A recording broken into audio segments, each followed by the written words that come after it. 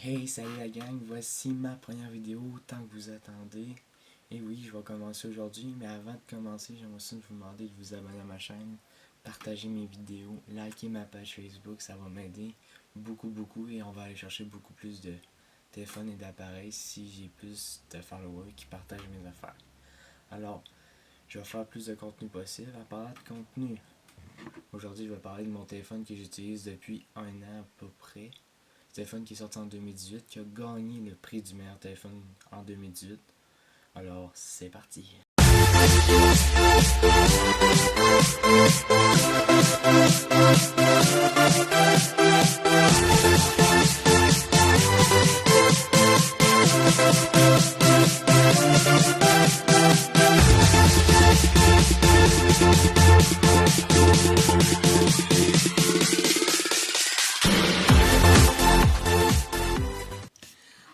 Bon. En parlant du Mate 20 Pro, faut pas oublier qu'il est sorti en 2010 alors qu'il y a beaucoup de nouvelles choses qui sortent en 2020. Alors, on a un téléphone qui est capable de charger la concurrence de 2020, mais qui a un peu de vieille technologie, comment je pourrais dire.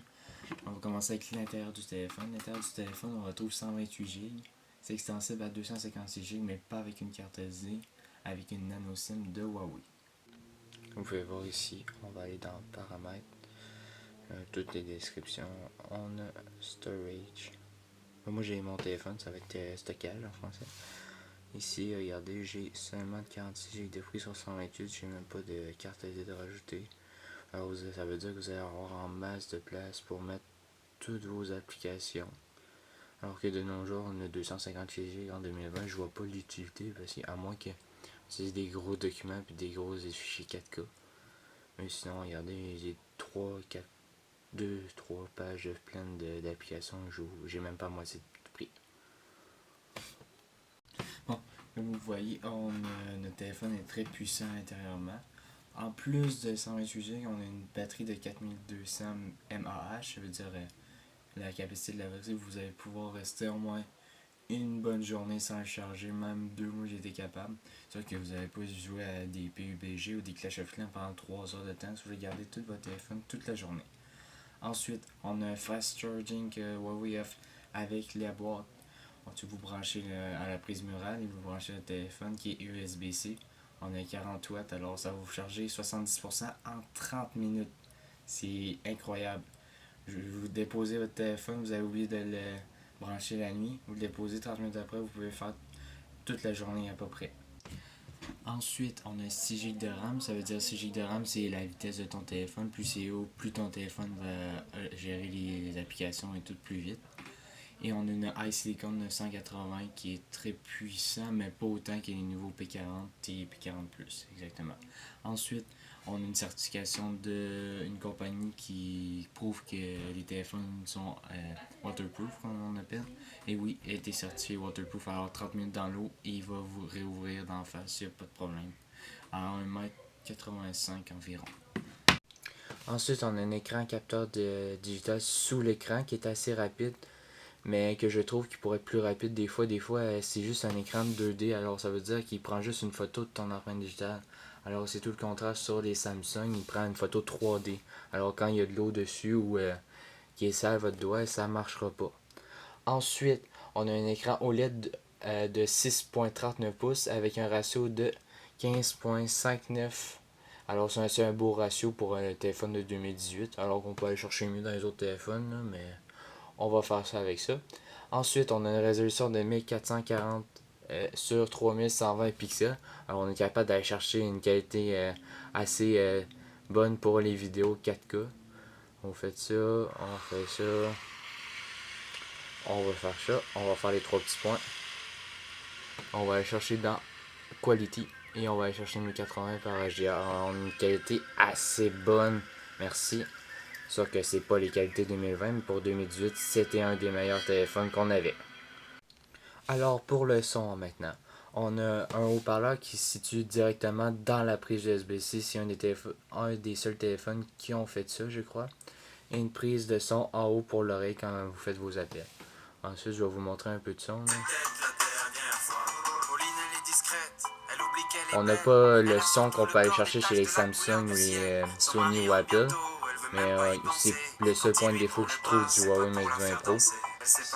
C'est vraiment le son qui est pas vraiment fort, mais quand vous voulez mettre des écouteurs, peu importe les buds par Bluetooth, on a un 5.0 qu'on va chercher un son bien meilleur, je trouve. Où vous connectez votre haut-parleur et on va chercher le son encore mieux. Pour le réseau téléphonique, on peut aller chercher le 3G et le 4G.